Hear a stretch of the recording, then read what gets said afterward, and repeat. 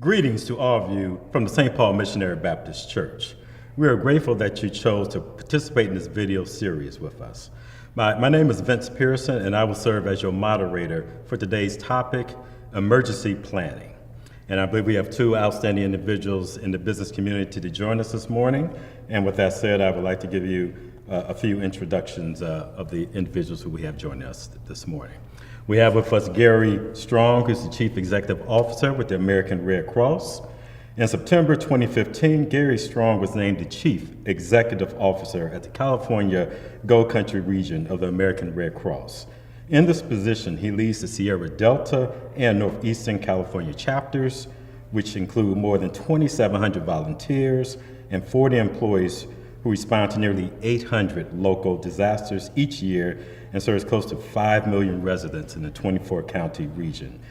Prior to this, Gary also serves on the board of directors for the American Red Cross.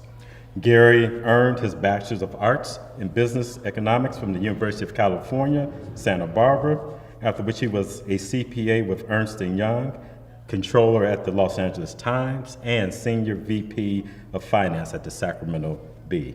Gary, welcome. Thank you for joining us today. We also have along with Gary, Kim Christensen, who is the Community Preparedness Manager. Kim Christensen joined the American Red Cross California Gold Country region in 2011. In her time with Red Cross, she has held a variety of positions, including receptionist, disaster specialist for disaster cycle services, and direct services manager for disaster cycle services. As a direct services manager, Kim managed all client-facing activities within disaster cycle services, including sheltering, feeding, and recovery. Kim continued to expand her role with disaster cycle services in her current position as the community preparedness manager, which she accepted in 2019. In that role, she leads AmeriCorps staff and volunteers who educate individuals, families, and businesses and community groups about becoming better prepared and more resilient in the face of disasters and emergencies. Kim, also, thank you for joining us today. So I think we have some outstanding panelists to address our issue of emergency planning. Gary, I think this first question could be directed at you. And so what is the role of the American Red Cross during this period of time of the pandemic? And then also with that, what was the word, I guess, from your national headquarters when all this started occurring, that they wanted the chapters out in the community to lead and do in regards to under the pandemic that was going on or occurring?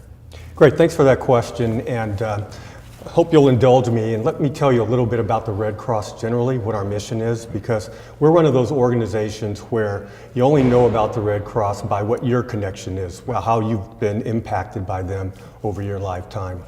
But we're actually a very large organization that has a very broad mission along a number of different lines. The first of the lines that we have, there's 5 lines of business that we do. First is blood collection. We collect about 40% of the blood throughout the nation. We're servicing hospitals. Most importantly in this community, I would say that we are contracted to provide all the blood for the UC Davis Medical Center. So very important work there. The second thing that we do is disaster cycle services. So that's the whole cycle of disasters, from preparing people, responding to disasters after they've already happened, and then getting the community back in shape through our recovery services. Our disasters can be large, like you hear about on television when we have wildfires, floods. Back on the East Coast, you'll see hurricanes, that sort of thing. Right. But what really takes our time, day by day, every day in our communities, is responding to those really small disasters, home fires. Sure. A couple of months ago at St. Paul's, there was a fire, and you can imagine that if you had a fire like that at your home, and you have to leave in the middle of the night with nothing on your back except for your PJs, Certainly. the Red Cross is the one that comes in and helps you out, gets money to you so that you can have a place to stay, you can buy some clothes and get some food. So very important day-by-day impact that we have there. We also have our services to armed forces. That's where the Red Cross really started, on the battlefield back during the Civil War. Okay. And still today, we serve military people from when they first enlist, to when they go out on deployment, to when they come back, when they're in VA hospitals after they retire, and then when they're at their final post, when they pass away. The Red Cross is there for those military people all along that time. Fourth thing we do is training services, where we're helping the community be safe by doing CPR training, first aid training, nurse assistance training, lifeguarding, all of those sorts of things that make a community safer. Sure. And then our final line of business is international services, where we have a mission where we go out into underperforming countries and help to eradicate measles. You don't see measles here in America, but in some of these other countries it's still huge, and we're out there helping them out with those services. So those are the things that we do every day. When COVID strikes, it really doesn't change things for us. Those needs are always there. These people still have the same impacts. Disasters are still happening, large and small. Sure. If anything, the disasters become a little bit more meaningful to them during COVID, because imagine something happens to you, and during this COVID time, a lot of people are without work. So they don't have the funds that they normally would have to recover on their own. So the Red Cross can step in there. So really happy to do that.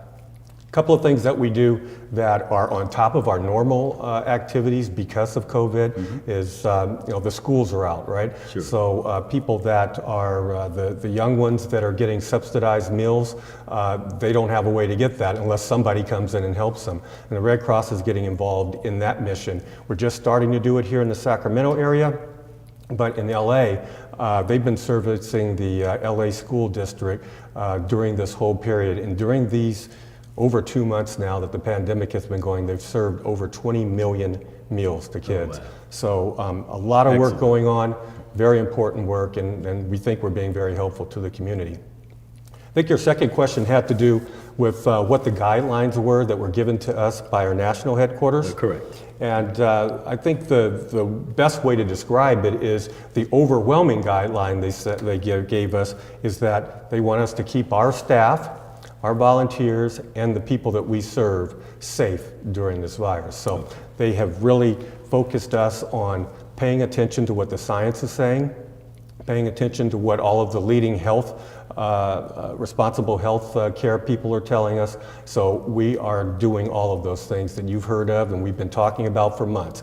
We're washing our hands, we're wearing our masks, we're social distancing, we're doing all of those things to help kind of flatten the curve and to keep people safe. The way they describe it is that our mission hasn't changed, but the way we do it has. I understand. So you imagine you have to shelter some people. A house catches on fire.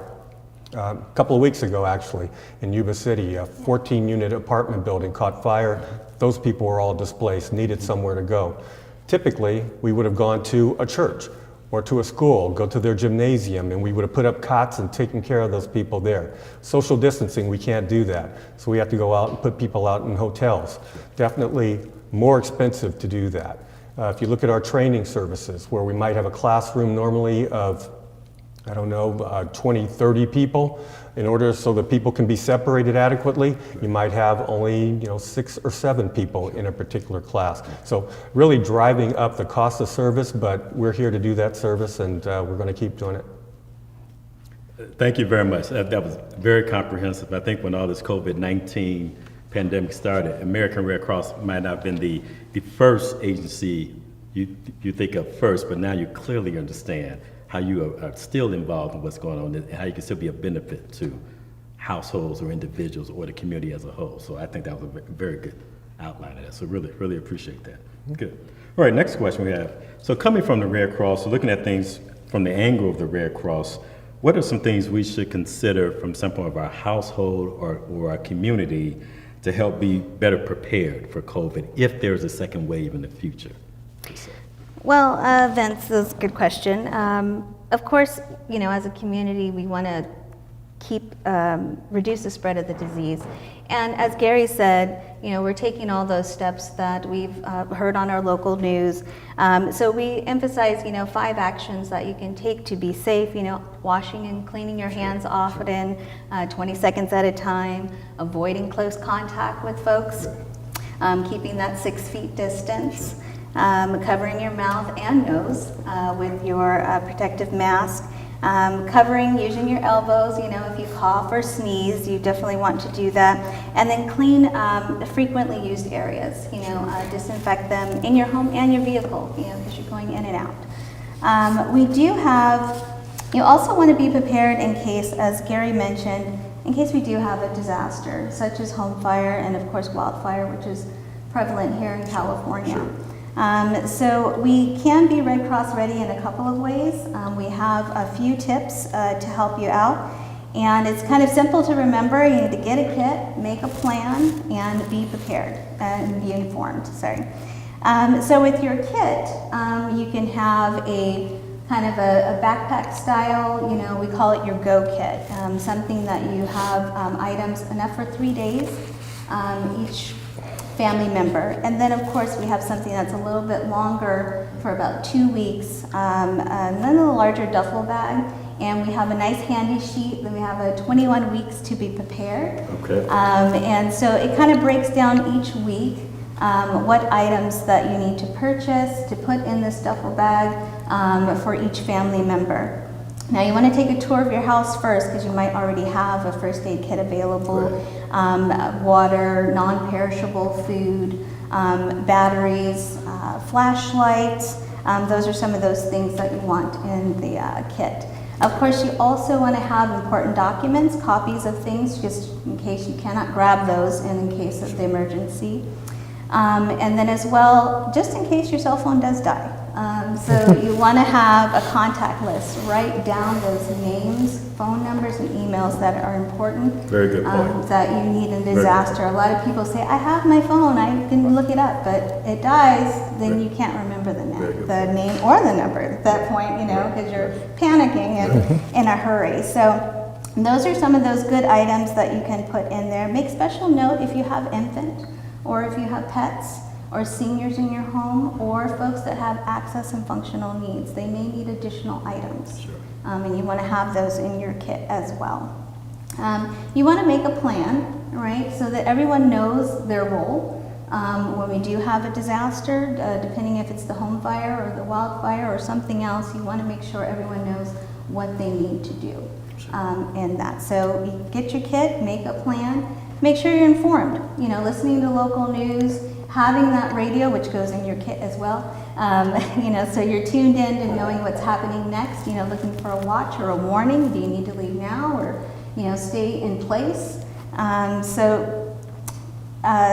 For your items, there's a little trick because we're hoping that you don't use these items often, right? So when you do your smoke alarm, you check your batteries during your daylight savings twice a year. Sure. Make sure you check your kit as well. Okay? Good point.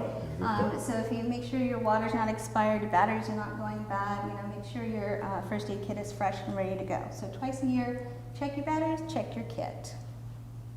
That's very good. Very good. All very good points that we can use, and hopefully people will reach out to you after this as well, because it's all about planning, all about preparedness. I think it'll help us, not just in what we're going through right now with the pandemic, but just in other disasters, whether it's a large-scale disaster or certainly a smaller disaster. So very good.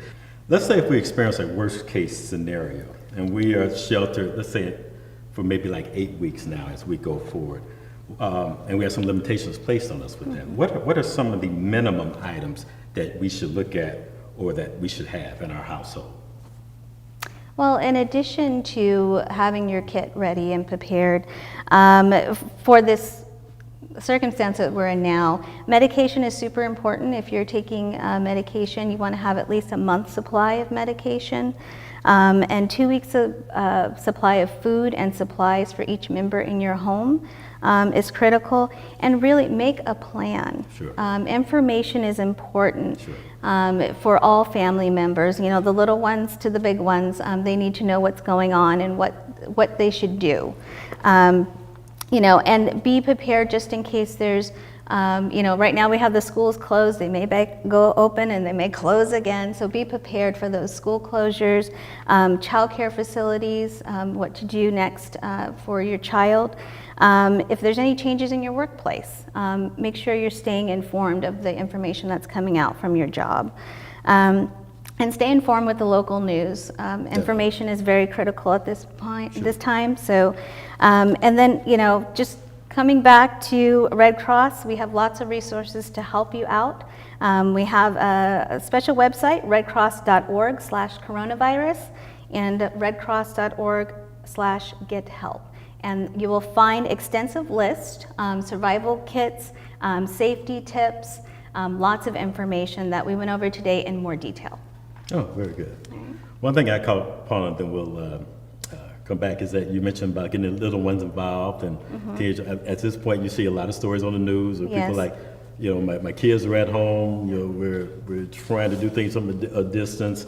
This is a good aspect. Again, your kids certainly involved with your emergency planning in your household. Have them walk around, Yes. have them look at things, have Right. them participate in the list that you're Check them off for discussing. mom and dad, Checking out yes. so they can really get involved with that aspect. So Yes. that's a real good aspect, and I think when we get our young people involved in our household, that will help out from overall. So thank you. Definitely. If I can add a practical standpoint too as well.